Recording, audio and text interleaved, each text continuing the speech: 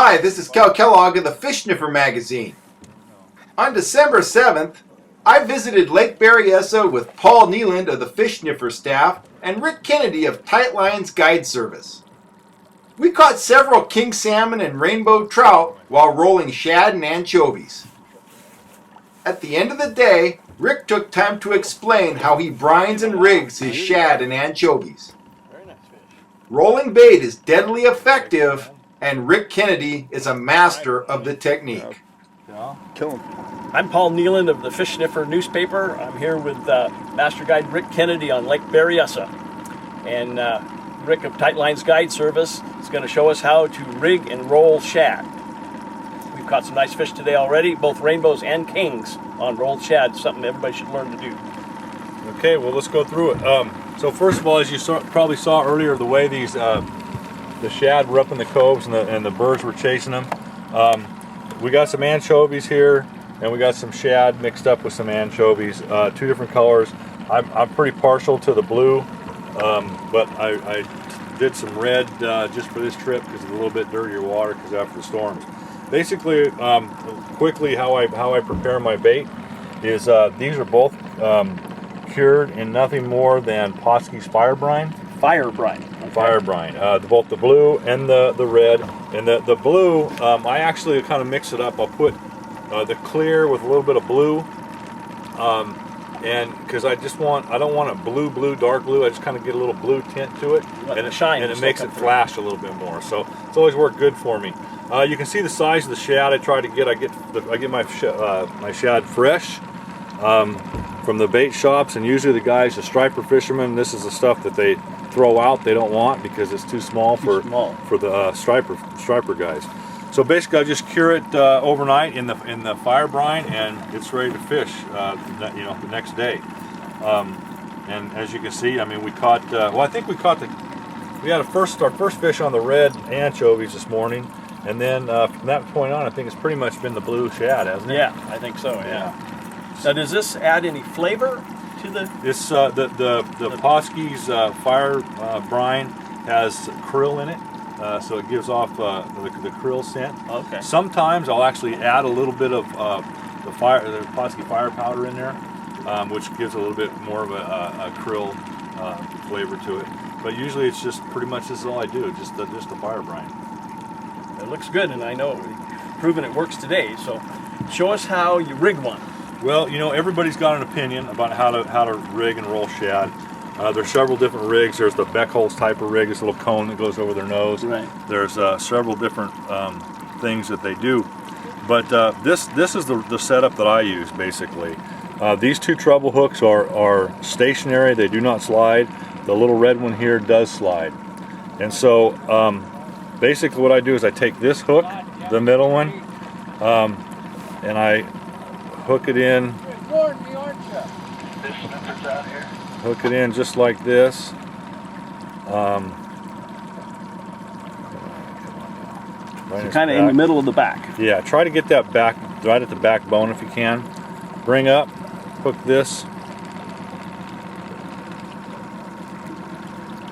right up like that. I pulled it a little too tight. I should add some slack there. So that red hook slides, right? Okay, so then I take this hook, I just stick it right there just enough to keep it from flopping around. Now your trebles are two different sizes.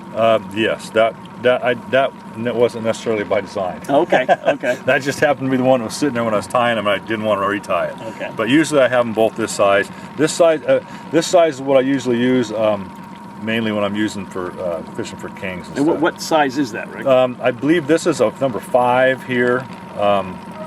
And then we go to the smaller ones here. And then what you do, here's the important part. People think that you have to roll shad slow. So you can see what's happening. As I pull that, you see that that's sliding through the red hook. Yes, that's very dramatic, okay? I mean, I wouldn't put that in the water that way, but I'm just trying to illustrate the fact that the more bend you put in it, the more of a roll and faster roll you're going to have. So you can adjust this to the speed that you're going to want to roll it and the speed that you got your boat going. For example, earlier, if you remember, I know you put out a spoon. Right. Okay. You put out that spoon, and so to get the spoon working, we had to go, it was like 1.7 to get that spoon working where it was. So I can adjust the shad to work at 1.7. So less bend, it'll go Exactly. at a faster speed with a Exactly. good roll. So that's usually about where I start. A bend just about like that, maybe just a little bit more.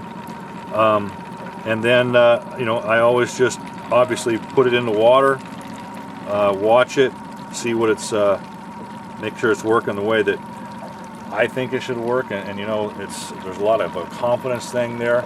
So in other words, what looks good to me might not look good to you, or vice versa. But the reality is, as long as you're putting it in the water and it's working the way you think you're going to have confidence in, run it. You'll catch fish.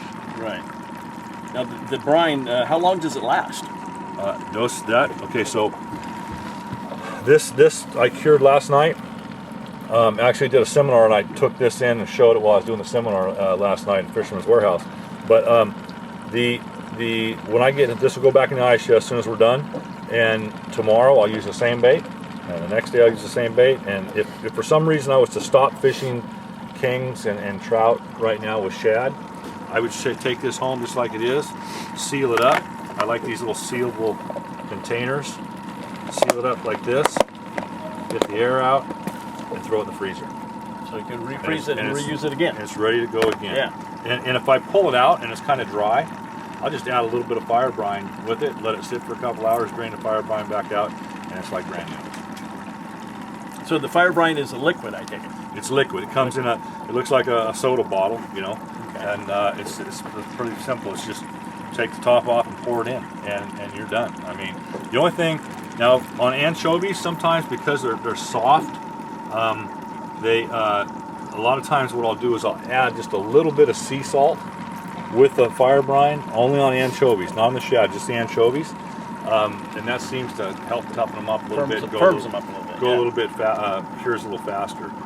But for the most part, it's just 100% fire brine. And how long do you brine them? You put the fire brine in? Overnight. I'll go overnight. Just overnight, yeah. Okay. Now, you can if you're in a hurry, like I have other bait at home cured, ready to go. Right. But if I was to use all this bait today, and I'm going to be out here again tomorrow with clients, so if I was to go through all this bait today and I didn't have bait ready, I could supercharge it by fire brine and then just add more salt. And the more salt you add, the faster they'll cure, and I can have it ready in 6 hours if I need to. Okay. But I prefer just to use the fire brine, let it go all night, and fish it. Great. Okay, Rick, well, let's put one of those in the water and see how it works. Hey, you bet. This is how Rick's shad looked when trolled at 1 mile an hour.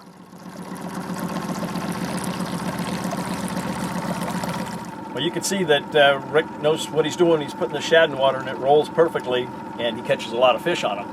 If you'd like to learn this firsthand from Rick, you can call him, get hold of him at Tight Lines Guide Service. What number or contact, Rick? Actually, the two best ways to get me is toll-free number 888-975-0990, or you can visit me on the webpage, which is fishtightlines.com. Fishtightlines.com. Great.